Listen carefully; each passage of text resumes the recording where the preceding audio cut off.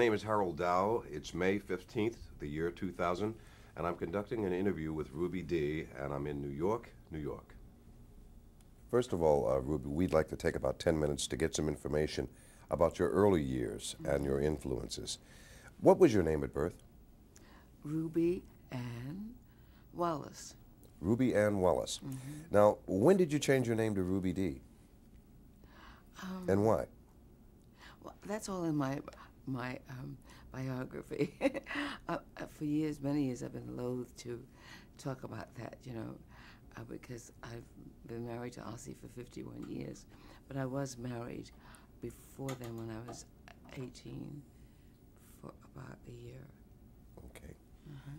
And I got the name Dee, and I was told, and I didn't, my name was Brown, and there was a middle name involved. And I said, well, I think I'll just take a middle name and call, because I didn't want to be Ruby Brown. So I thought Ruby Dee sounded better. And did they was that your nickname? Did they call you Dee? No, they just call me Ruby. Ruby Dee became my stage name, they called it. In those days, it was fashionable to have a stage name, as they called it. And I think it was an astrologer or a psychic, somebody like that, that told me that Ruby Dee was a better name for my career than Ruby Wallace. Okay. So I stuck with it, but I still call myself by my married name, K.A., known as Ruby Dee. I see. When were you born, and where were you born? I was born in October, and that's about all. All these other things you're going to find out, right? Anyway, I don't want to say the year. You don't want to say the year? Okay, that's fine. Where'd you grow up? I was born in Cleveland, Ohio, and I grew up in Harlem because my stepmother married my father, who had 4 children, and she came to New York, put us all in this apartment at a good address on 7th Avenue, because she'd been a teacher for a number of years and she'd saved up her money, and she met this young man with all these children, and she married him, and mostly because one of the reasons, I guess, was because she couldn't have children of her own due to some horseback incident when she was a girl. And so my stepmother became my mother, whom I didn't really know wasn't my real mother until I was 13, because I lived with her since I was about a year old. What was life like for you growing up? It was growing up was an extraordinary time. It's one of the most memorable,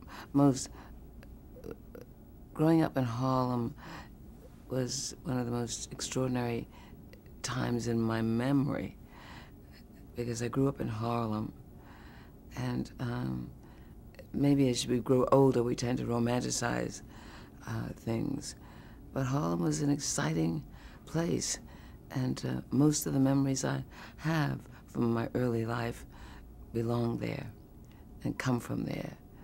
And it was I was born into the struggle, I suppose, because I was born in the 20s, and so it was a time around the Depression. It was a time of people looking for work and bread lines, and people being evicted from their homes and put up their belongings put in the street. It was a time of parades, grand ceremonies, of that have since disappeared. It was a time of street corner speakers and time of protesting against discrimination in employment in the stores where we lived. You worked in the community. You lived in the community, but you couldn't work in the stores.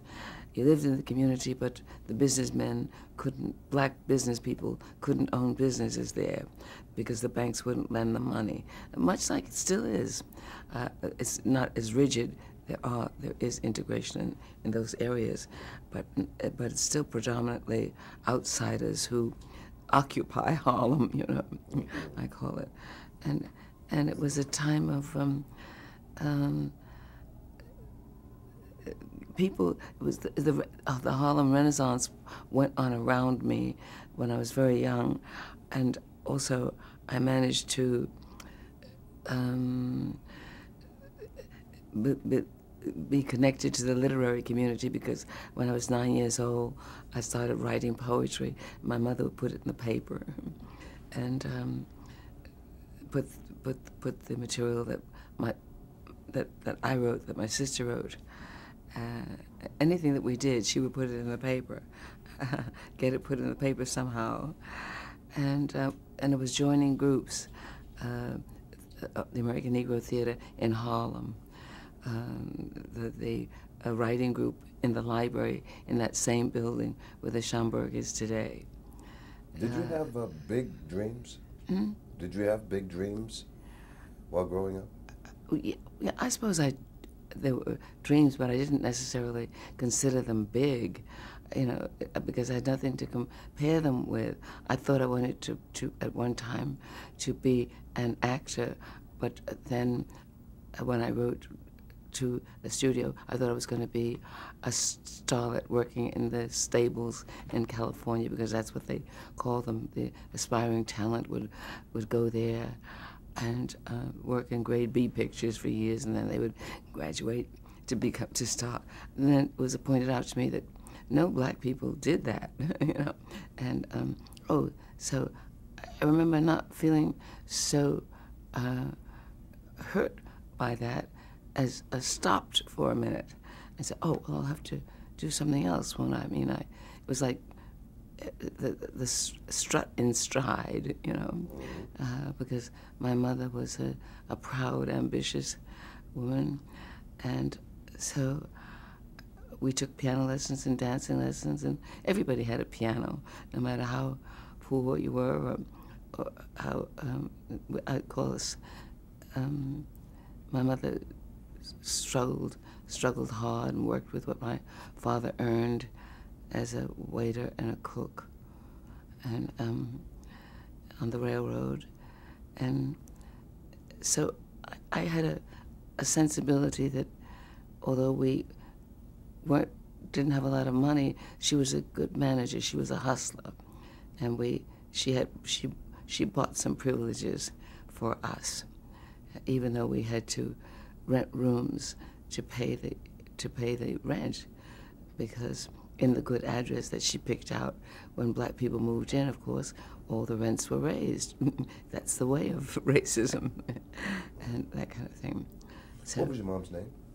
Her name was Emma Amelia Benson. I think in some ways she may have been related to my father, but because there were Bensons on his side of the family too. So I've never really figured that all out. Mm-hmm. Now, you mentioned that your father worked on the railroad as a cook.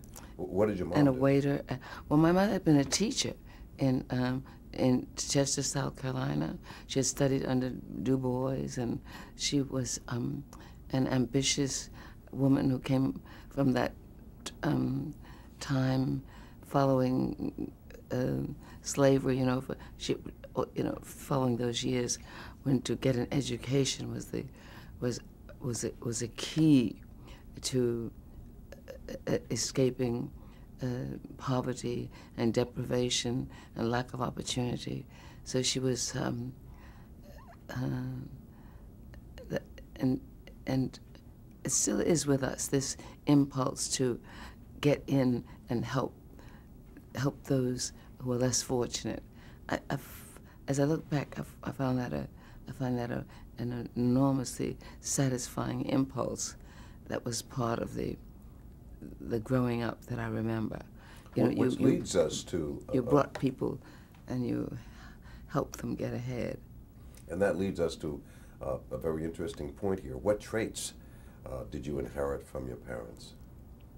You mentioned that your mom got involved to help those who needed help. Mm-hmm. She was always doing that. So what traits do you think you inherited from your parents? As I look back on it, I was not aware of belonging to my father as much as to my mother, my stepmother. And it was only later that even after he was gone, that I began to put my father in perspective. This young man who had his first baby when he was 17. And this young man who, when the few letters that he wrote me, I think I still have one of them from years ago. I could, rereading them years later, I could see that he was a poet. He was affectionate, emotional, passionate, and he was far more, he was a warmer color than my mother. But what do you mean by that? He lived, they were a marvelous pair that to this day I wish very much that I had involved myself in trying to find out about them before they married each other. And I gave my mother a tape recorder. I told my father I was going to do this. I started taking film of them, but I didn't do it soon enough, and I missed a lot of things. But he was, my father was poetic and sentimental, and he was a neat man, but not finicky, that kind of thing. Mm-hmm. But he was, had he had an education, he would have been, he might have been an artist. He could have been a poet, I think. I mean, and he was very affectionate, but men weren't protected in those days, young men coming along, as we tend to protect our girls. So when he was just a boy, I understand he was ravished, and so he never had a chance to grow up as a boy would. He was a father, but while he was still a boy. And so he did a lot of his growing up after he got married, mostly because my mother was she was a disciplinarian. She had a sense of humor too, but she was a teacher, and she really wanted to have us all go to school, including my father. Any sisters and brothers? Yes, I have one sister left, and one sister and one brother who are gone. Mm-hmm. What were the names? My brother's name is Thomas Edward Wallace, and he was marvelous. And my sister is Angelina Roach. She is today. She's married to Carl. She has 3 beautiful children. So is my brother.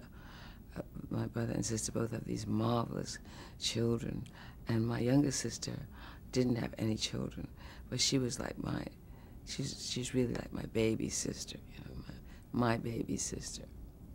Ruby, what were your hobbies growing up? Oh my, I was multifaceted. I liked to paint and draw, and I liked to sew, and I could fix things, and I was very adept with my hands, and I could write poetry and play the piano, and dance. So I had one of these personalities that went all over the place. I could have been a well-splattered individual had I not snatched myself together. What kind of a student were you? I was a good student. I might have been better, but the irregularities of family life, parents both still growing into each other, made for a disruptive home.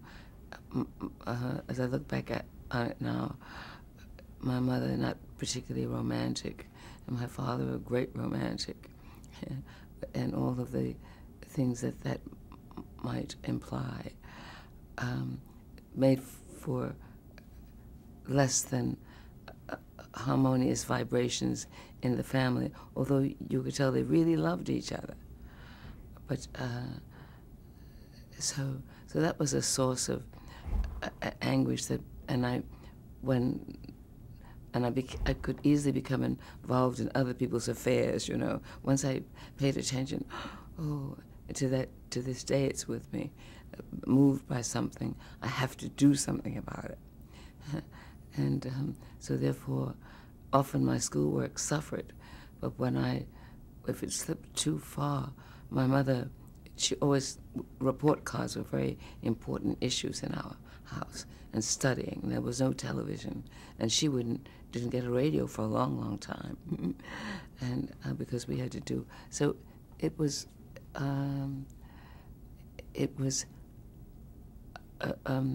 our home was dedicated to learning, and all those lessons I told you about, and the importance of an education. You know? And I appreciate my mother for that, because. And that was stressed in your household. Oh yes, and it was. It was. You had to amount to something, make something of yourself, because it wasn't good enough to just think, well, you're going to marry, and some man is going to keep you, marry a man with a good job, you know, because the women, the advances were not made, were not even imagined, or you might, if you were lucky, meet some man, probably white, who would keep you and put you in a fancy house and something like that. Or you could be a teacher or a secretary. The opportunities just weren't there to a large extent. Constance Baker Motley, say, Judge she was an exceptional woman for the time. There were far fewer exceptional black women when I was coming along than there are today. Now, during that time, there was no television, so did you listen to the radio? No, because for a long time we didn't even have a radio. I think when around the time of Joe Louis and my mother, finally we got a television. And how our parents influenced us, because when Ossie and I had children, we didn't have a television for a long time either. We didn't get a television because, you know, our parents tend to, we learn by osmosis. And it wasn't until my mother-in-law came to live with us and wanted to listen to our stories that we gave in and got a television. And then the children couldn't watch it except on weekends, you know. When did you move to New York? Now, you said you started out in Cleveland, Ohio. Mm-hmm. When did your family move to New York? In the early, sometimes in like the, in the 20s, the mid-20s, I think. Mid-20s. I'm thinking, you know, I don't know the exact day. That's understandable. But I have papers that I put in a book, because she bought, in those days you could buy an apartment that is, you could, if somebody wanted to move, they wouldn't take any furniture, just their personal belongings, and they'd sell you the apartment, furniture and everything. And that's what she did when she married my father. It's because she wanted to come to this good address. So I remember once seeing a paper that was a receipt for this transaction. Now, your high school years, what high school did you attend? Hunter College High School. And that's here in New York? In New York, downtown. And partly it was in the Bronx, too, at that time. But I went to elementary and junior high school here. Involved in any activities? The American Negro Theater, that's the first thing I remember belonging to. You know, I think I joined that around the 1940, or something like that, 40, 41, something like that. Did you hold any jobs while attending high school? Yes, I worked through a friend of my mother's was a nurse, and I remember my first job because I like to draw and paint, and I would draw nurses' charts. I remember drawing these huge charts with, you know, the on black ink on an oak tag. You know what they call it? Oak tag was a buff-colored soft cardboards, and I would make these charts for we call it for Aunt Julia and her friends, because who went to who were at Harlem Hospital. I think they were in training, or maybe they were already nurses. I don't remember. But I was so proud of that, and so that's one of my early jobs. Also working in a button factory where I painted buttons, and then maybe when I was about 15 or so, I worked for a dentist delivering teeth. Really? Mm-hmm. And that was one of the first things I wanted to do, was to be a dentist. And I remember when I was doing, a couple of years ago, I got to play Bessie Delaney in the Delaney Sisters, Mm-hmm. Having Having Our Say. Yes. It was just about Warner Peabody, by the way. Mm-hmm. Mm-hmm. And I remember Bessie Delaney, somebody on my way home from school had me look up at a building where the dental office, where Bessie's offices were. And I remember going to the edge of the street and looking up, because this was a black woman who was a dentist. I don't remember whether my first job or second job was delivering teeth, wanting to be a dentist, because that was another thing I wanted to do, be a dentist. And I'm wondering how did that, knowing that Bessie was there every day I passed that street, make me want to be a dentist. Anyway, I never met them, even later. We did the film last year before, I don't know. Now, when did you graduate from high school, and what did you do after graduation? When did I graduate from high school? I told you I don't have I should remember these things. All I know is this. I graduated from 1939? 1939.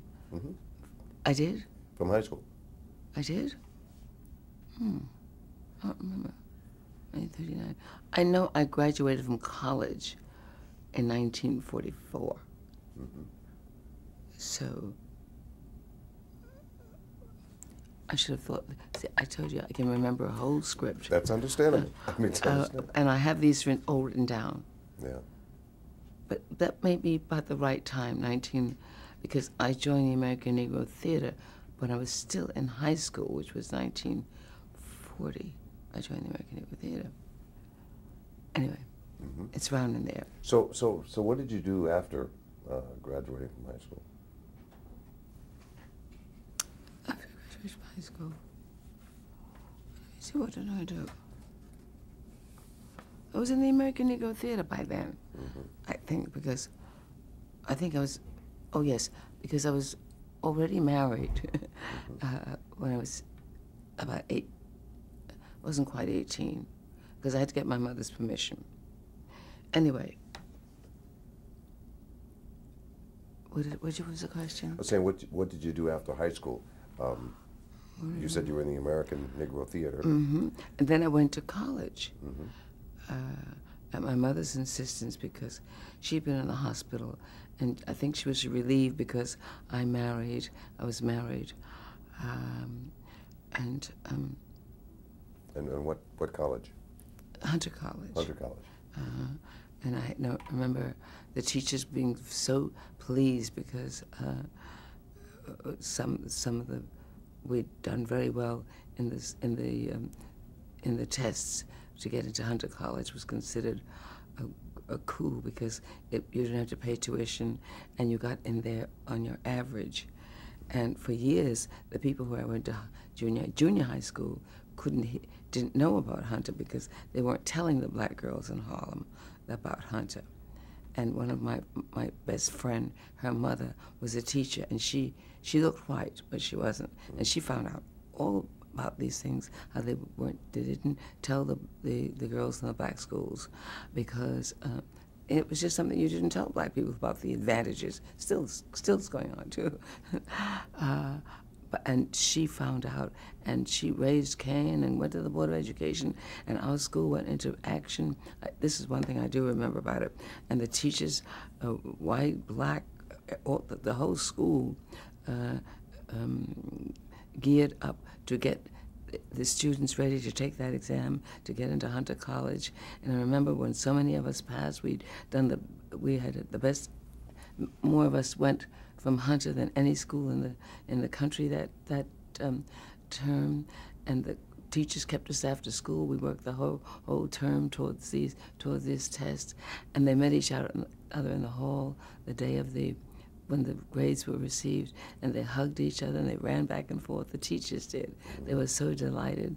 I remember that so well, these teachers.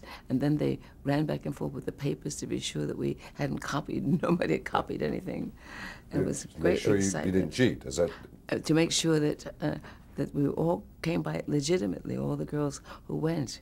That was my friend Carlotta and Jean Piper and Joe Gloria Dingle, and we just a group of us got into Hunter, which is for the first time thanks to Carlotta's mother, who found out what was being done to the black students in Harlem.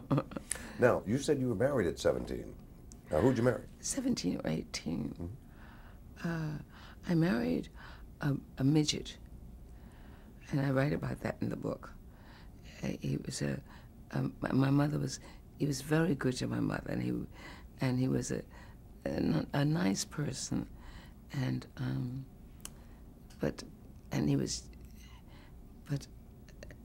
my mother liked him, and my father wasn't. My father would make me angry when he talked about him, because it was always, well,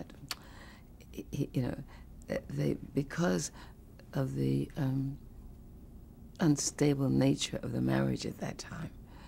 I think that they were relieved that I would get married, and then you wouldn't have to worry about this. And he worked for a whiskey company, and so he made good money and bought a house, and so they didn't have to worry about me. And also, I married him because he said, "Oh, just look at me." He said, "I'm a freak. Who's going to marry a little freak?" You know, and he would say things like that, making fun of himself. I met him through Mary Bruce, a dancing teacher, my dancing teacher, on 120th Street in Harlem. And so when he said that to you, when he said that well, I said, "Oh," I said to him, "Oh, you?" No, he said, "Who's going to marry me?" He didn't say you would. I said, "No, he's going to." I said, "Oh, you mustn't say that about yourself." So I'm so busy convincing him that he is a very nice person. He shouldn't say that about himself. So when it finally got down to the nitty gritty, he said, "Will you marry me?" I said, and so that's how it came about. And you said yes. I didn't know how to say no, and my parents were of no help because they didn't. You know, I talked up such a game of his being a nice person, etc. Okay, we're going to stop here. He's going to change tapes. You got your 1 minute, right?